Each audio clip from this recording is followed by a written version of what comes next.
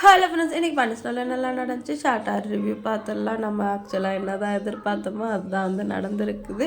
அவங்க பசங்க வந்து நீங்கள் குலசாமி மேலே சத்தியம் பண்ணி தான் வீட்டுக்குள்ளே வரணும் அப்படின்னு சொல்கிறாங்க.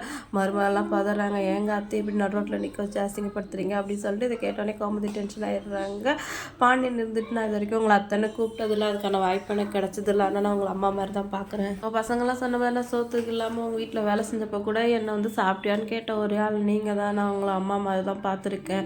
அவங்க பசங்க இவங்கள கேவலப்படுத்துகிறாங்கன்னு நினைக்காதீங்க, இது நம்ம வீடு தான், நீங்கள் எங்கேயே வந்துடுங்க அப்படின்னு சொல்கிறாங்க. காமெடி ஒன்றே சந்தோஷமாயிடுறாங்க. அவர் தான் சொல்கிறாரு இல்லைம்மா வாமா அப்படின்னு கூப்பிடுறாங்க. பேர பசங்களும் வந்துடுங்க அம்மாச்சி அப்படின்னு கெஞ்சுறாங்க. ஆனால் காந்திமதி அம்மா இருந்துட்டு இல்லடி அது சரியாக வராது, பசங்க வந்து நானும் வந்து வெறுத்து உங்க கூட வந்துட்டேன் அப்படின்னு சொல்லிட்டு அவங்க கலங்கி போயிடுவாங்க, அதனால என்னை மன்னிச்சிடுங்க அப்படின்னு சொல்லிட்டு கையெடுத்து கும்பிட்டு அவங்க வீட்டுக்கே போயிடுறாங்க. பாண்டியனும் எதுவும் பேச முடியாமல் உள்ளே வந்துடுறாரு.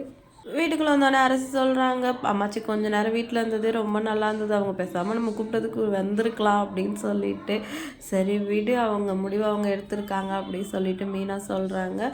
பாண்டியன் உள்ள வந்தோடனே கை காலெலாம் கழுவிட்டு வர அப்படின்னு சொல்லிட்டு போகிறாரு. அவன் கோமதி இருந்துட்டு மீனா கிட்ட புலம்புறாங்க, அவர் அவ்வளோ தூரம் கூப்பிட்றாருல, எங்கள் அம்மா பேசாமல் வந்திருக்கலாம்ல, அவங்க பசங்களால் தானே அவங்களுக்கு உடம்பு சரியில்லாமல் போச்சு, அதெல்லாம் மனசில் வச்சுக்கிட்டு கூப்பிட்டாரே வந்திருக்கலாம்ல, ஏன் அவங்க அப்படி பண்ணுறாங்கன்னு புலம்பிட்டு இருக்காங்க. இவர் வர கை கால் கழுவிட்டு வர போனார், ஆளாக காணோம், என்ன நினச்சாருன்னு தெரியலையே அப்படின்னு சொல்லிட்டு புலம்பிட்டு இருக்கும்போதே பாண்டியன் வந்துடுறாரு.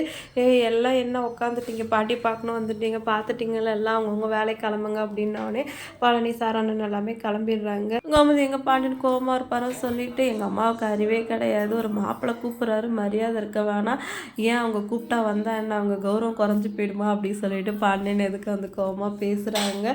தங்க மேல் மீனா இல்லாங்க நிற்கோ, உங்களுக்கும் ஏதாவது வேலை இருந்தால் உள்ளே போய் பாருங்கம்மா அப்படின்னு சொல்கிறாரு.